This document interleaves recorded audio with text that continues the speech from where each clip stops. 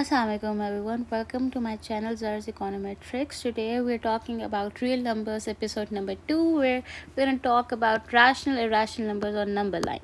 So, what exactly is number line? Number line represents all numbers from negative infinity to positive infinity, right? They can have decimals. Let's say minus 4.5 would be somewhere over here. We can have fractions. Let's say 10 over 9 or anything. So number line can have all these decimals, fractions, negative values, positive values on number line.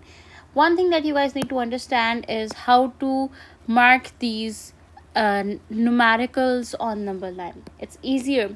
We're gonna say that negative, we're gonna start from 0, the origin, right? When we go to the right side, we see there are positive values on the right side, and when we look at the left side, we see that there are negative values over here. तो जब हम right side पे जा रहे होते हैं तो हमारी वैल्यूज़ इंक्रीज़ कर रही हैं, राइट? हम अगर जा रहे हैं 0 तो then there is 1, there is 2, there is 3. हमारी वैल्यूज़ इंक्रीज़ कर रही हैं. और जब हम लेफ़्ट साइड पे जाते हैं, लेट्स से अगर हम यहाँ से लेफ़्ट साइड पे जा रहे हैं, we on 4 and then we want to go to the left side, so we have 3, we have 2, or we have 1. Same is the case with the negative numbers. जब हम लेफ्ट साइड पर जा रहे होते हैं तो 0 से इट्स -1, -1 से इट्स -2. सो वी से कि हम डिक्रीज ही कर रहे हैं, because when we talk negative number, the larger the number is negative, it is suppose to be the smallest number.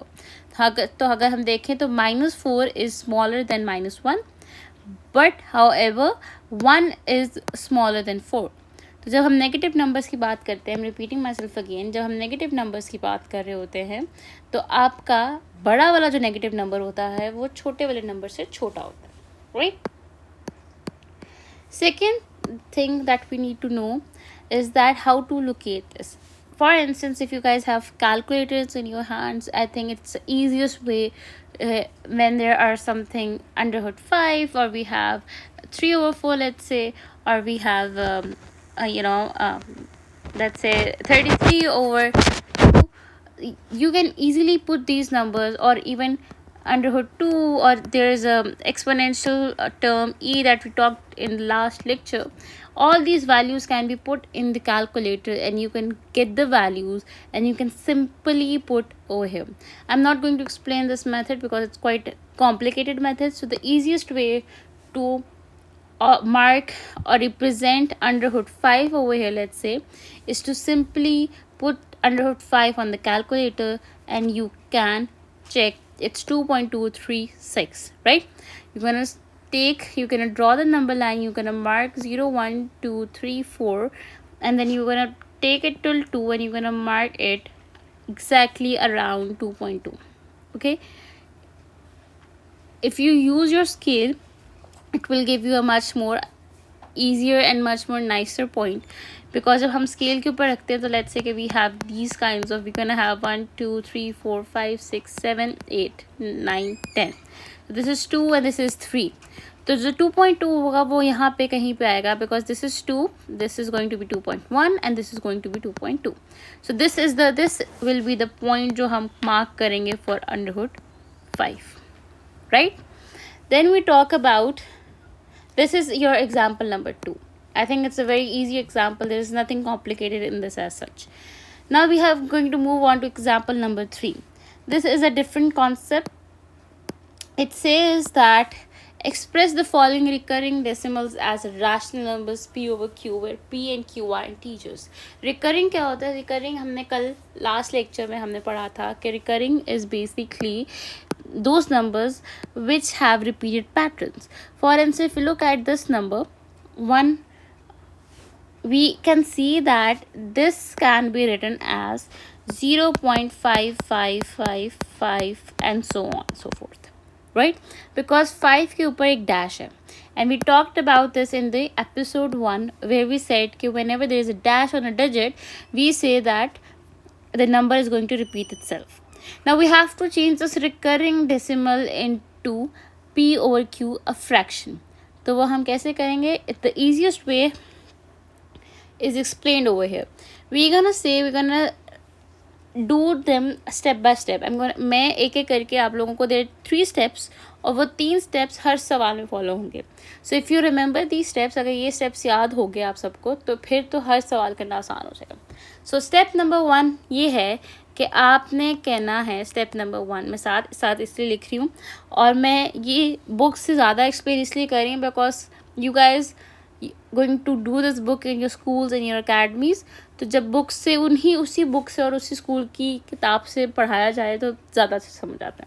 So step number 1 क्या है? स्टेप नंबर 1 ये है कि हमने कहना है कि जो नंबर है ना, हम इसको पुट कर देंगे x के इक्वल। ठीक है, तो we gonna say that whatever a number is that say 0.5 dash, तो we gonna say this is equals to x is equals to 0.5 dash, और कहेंगे कि this can be written as 0.555 and dot dot dot, जो मैंने आपको ऊपर अभी explain किया। ठीक है, उसके बाद स्टेप नंबर 2। सो स्टेप नंबर 2 सेज कि हमने दोनों साइड्स को मल्टीप्लाई करना है 10 से। तो ये जो हमने एक साइड ये निकाला है ना, इसको ये जो लिखा है, इन दोनों साइड्स को मैं 10 से मल्टीप्लाई कर दूँगी। ठीक है, तो ये आपके पास आ जाएगा, लेट्स से कि जब मैंने ये लिखा हुआ था 0.5555 and so on so fourth, इसको जब मैं 10 से करूँगी मल्टीप्लाई स्टेप नंबर 2 के लिए, तो दिस वुड बिकम 10x। क्यों? क्योंकि जब x 10 से मल्टीप्लाई होगा तो इट वुड बिकम 10x। जब 10 ईजीएस्ट वे, अगर आप लोगों को समझ नहीं आ रही कि 10 को मैं 0.5555 से मल्टीप्लाई करूँ तो क्या आंसर आएगा, तो इसको कैलकुलेटर्स में डाल लो। अब ये भी सोच रहे होगे कि कितने 5 डालें, कितने 5 ना डालें, तो मैक्सिमम आप लोग 4 या 5 टाइम्स आप इसको रिपीट कर सकते हो, उससे ज़्यादा करने की ज़रूरत नहीं है। You put this thing in your calculator, you से 0.555 मल्टीप्लाई बाय 10, वो आपको आंसर देगा, ताकि हम कंफ्यूज पेपर में कंफ्यूज ना हो कि आंसर क्या होगा, या हम कोई मिस्टेक ना करते हैं इसको मल्टीप्लाई करते हुए। तो आसान तरीका है, कैलकुलेटर यूज़ करो। फिर जब ये मल्टीप्लाई हो जाएगा तो this would give you 5.555 and so on so fourth. Dots लगाना नहीं किसी ने भूलना, डॉट्स सब लगाते रहेंगे। फिर हमारे पास है step number 3, that is subtracting 1 from 2। अब क्या करेंगे, जो हमने ये 2 इक्वेशंस बनाई है ना, जो हमारे पास एक इक्वेशन आपके पास ये है और एक इक्वेशन आपके पास ये, this is equation number 1 and this is equation number 2। हम इसको आपस में दोनों को माइनस कर देंगे।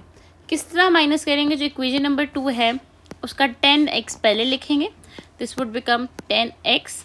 फिर उसके बाद हम इधर x से इसको माइनस कर देंगे, which becomes 10x minus x।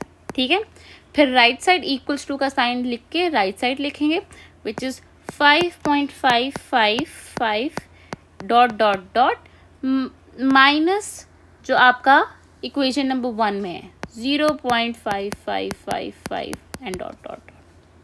ठीक है, जब इसको माइनस कर लोगे ना, ये भी समझ नहीं आ रहा, इसको कैलकुलेटर में डालो। बट कैलकुलेटर में जब डालोगे तो याद रखना, जितना आप डेसिमल पॉइंट्स के बाद नंबर लिख रहे हो ना फॉर दिस साइड, उतना ही आपने इसके ऊपर बाद में लिखना। बिकॉज वी से कि जब 5.555 को हम माइनस करेंगे 0.555 से, तो वो आपके पास आंसर आ जाएगा 5 खाली। ठीक है, तो अगर कैलकुलेटर में उसको डाल के लिख रहे हो ना, तो ये याद रखना है कि डेसिमल पॉइंट के बाद जितने 5 यहाँ पे डाल रहे हो, जैसे कि यहाँ पे अगर मैंने 3 5 डालें, तो यहाँ पर भी डेसिमल पॉइंट के बाद मेरे पास 3 5 होने चाहिए कैलकुलेटर के अंदर।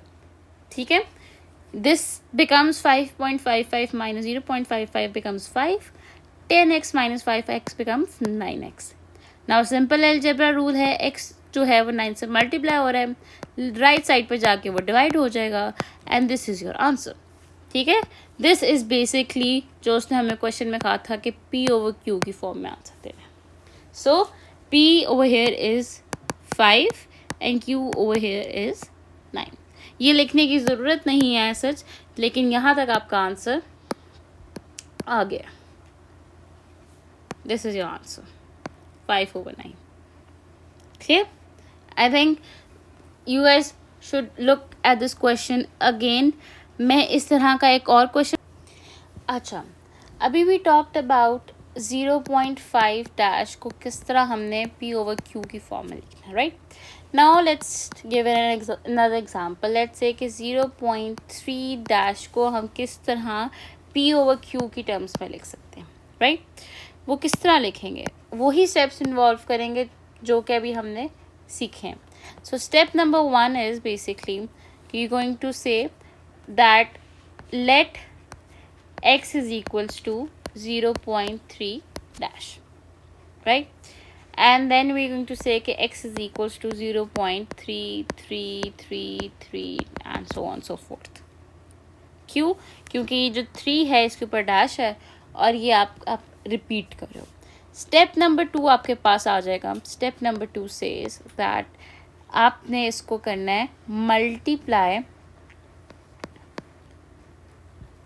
बाय 10. सो हमारी जो इक्वेशन है, इक्वेशन नंबर 1 लेट्स से, इसको मैं मल्टीप्लाई कर दूंगी 10 के साथ. तो वो क्या आ जाएगा, 10x is equals to 3.333 and so on so forth. ठीक है. फिर स्टेप नंबर 3, सब्ट्रैक्ट 2 फ्रॉम 1. ये इक्वेशन नंबर 1 थी हमारी, ये इक्वेशन नंबर 2 है हमारी. इन दोनों को हमने आपस में सब्ट्रैक्ट करना है. किस तरह सब्ट्रैक्ट करेंगे, जो हमारे पास 10x है माइनस x आ जाएगा. This is equation number 2. इसका लेफ्ट साइड हमने पहले लिखी 10x. This is equation number 1, इसकी हमने बाद में लिखी. Is equals to 3.333 minus 0.333. Again I'm going to tell this again that जितने डेसिमल प्लेसेस आप इधर लिख रहे हो उतने ही डेसिमल प्लेसेस यहाँ पर लिखना. And do not forget to add dots because this means that the number is not going to stop. It is repeating itself. ठीक है. This is the question कि वो recurring जो हमारे पास डेसिमल था इसको हमने P over Q की फॉर्म में लिखना है. तो जब ये 3.333 0.333 वो आपस में सब्ट्रैक्ट होगा तो आपके पास क्या आंसर आ जाएगा, 3. And 10x minus x becomes 9x. अब आपके पास 9 और x आपस में मल्टीप्लाई हो रहे हैं, वहाँ जाके डिवाइड हो जाएगा. And this can be further simplified over 1/3 because दोनों 3 के टेबल में जाते हैं.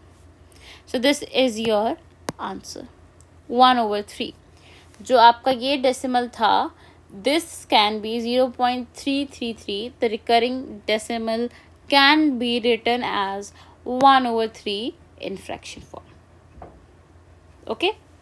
Now when we move, we see that the second part is 0.93 and there is a recurring term. 0.93 में 93 जो है वो बार बार रिपीट हो रहा है. अब इसमें भी हम वही स्टेप्स इंट्रोड्यूस कराएंगे. मैं एक दफ़ा दोबारा रिपीट करूँगी. क्या होगा, सबसे step number 1 is you have to suppose x is equal to 0.93. ठीक है. जब इसको आप डैश को ख़त्म करोगे तो वो आ जाएगा आपके पास 0.93939393. फिर now we're not going to multiply it with 10. we're multiplying over here with 100. 100 से क्यों मल्टीप्लाई कर रहे हैं, बिकॉज जो भी हमारा एक रिकरिंग नंबर आ रहा है ना, मुझे वो डेसिमल से पहले चाहिए होता है. इसलिए मैंने ऊपर यहाँ पे 10 से मल्टीप्लाई किया था, बिकॉज यहाँ पे सिर्फ 5 रिपीट हो रहा है, राइट. मुझे एक 5 चाहिए होता है डेसिमल नंबर से पहले. यहाँ पे हमारे पास 2 नंबर्स हैं, we have 9 and we have 3. तो मैं 0.939393 को उस नंबर से मल्टीप्लाई करना है कि मेरे पास बस 93 जो है वो डेसिमल नंबर से पीछे आ जाए. तो that is 100. You have to multiply 0.939393 with 100 ताकि वो आपके पास बन जाए 93.9393 and so on so forth. ठीक है. इसी तरह लेट्स से अगर सवाल आपके पास होता कि 0.934 और इसके ऊपर तीनों के ऊपर डैश है, तो आपने स्टेप नंबर जो 2 था ना हमारा, ये जो स्टेप नंबर आपका 2 चल रहा है, तब आपने इसको स्टेप नंबर 2 में 100 से मल्टीप्लाई करना था, 0.934934 सो ऑन सो फोर्थ को, ताकि वो आपके पास आ जाए 934.934। ठीक है, ताकि जब हम इसको जब सब्ट्रैक्ट करेंगे तो ये डेसिमल आपका ख़त्म हो जाए और आपके पास खाली ये पार्ट आ जाए, जिसको हमने उसको फ्रैक्शन की फॉर्म में करना होगा। ठीक है, सो ये अगर हमारे पास आगे जाके एक्सरसाइज में क्वेश्चन होंगे तो हम इसको सॉल्व कर लेंगे। So what in this question we are going to multiply both sides with 100। वो आपके पास आ जाएगा 93 on the right side and दूसरी साइड पे आ जाएगा आपके पास 100x। This is equation number 2 and this was equation number 1 जो हमारे पास ये चल रही है।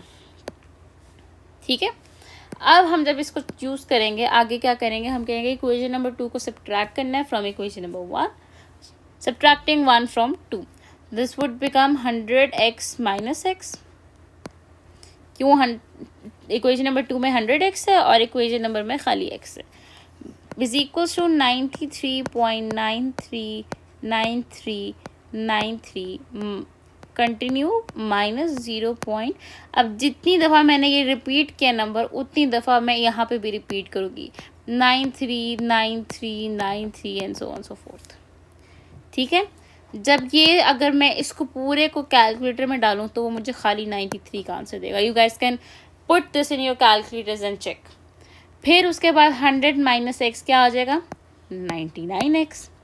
अब आपने x की वैल्यू निकालनी है तो आप क्या करोगे, 99x से मल्टीप्लाई और इक्वल्स टू की लेफ्ट साइड पर राइट साइड पर जाके आ जाएगा 93/99। This is your answer, this is basically your P/Q। ठीक है, this is how we are solving, this is how we are basically changing recurring decimals into rational number, which is P/Q, where P and Q are integers. Thank you for episode number 2. See you in next episode.